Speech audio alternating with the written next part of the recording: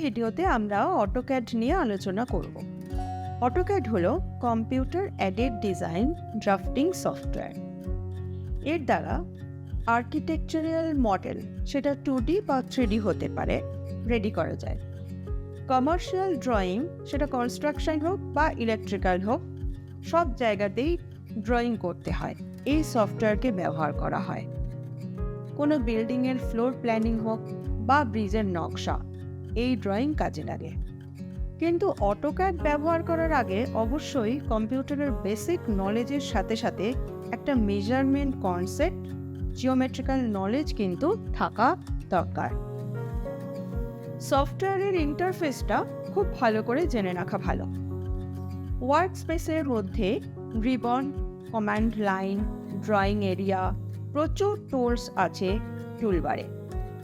বিভিন্ন geometrical shape drawing করার জন্য লাইন, সার্কেল, রেক্ট্যাঙ্গল, পলিগন, বিভিন্ন রকম ড্রয়িং টুলস ব্যবহার করা হয়। এইসব টুল দিয়ে 3D জিওমেট্রিক্যাল শেপও করা যায়। কোনো ড্রয়িং চেঞ্জ করতে হলে বা মডিফাই করার জন্য বেসিক কিছু কমান্ড আছে, সেগুলো হলো মুভ, কপি, রোটেট, ট্রিম ইত্যাদি। ড্রয়িংয়ের অ্যালাইনমেন্ট এবং পজিশন খুব একটা ভাইটাল জিনিস, সেটার জন্য স্ন্যাপ এবং গ্রিডের একটা কনসেপ্ট থাকা কিন্তু খুব জরুরি।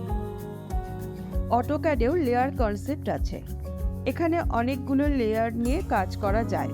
তাতে সুবিধে কি হয়, ড্রয়িংয়ের কোনো পার্টিকুলার অংশ যদি চেঞ্জ করতে হয় তাহলে ওই স্পেসিফিক লেয়ারে কাজ করলেই কিন্তু পুরো ড্রয়িংটার ওপরে এফেক্ট হয়ে যায়। এখানে নেভিগেশন খুব ইম্পর্টেন্ট, কারণ অনেক বড় বড় ড্রয়িং নিয়ে এখানে কাজ করতে হয়।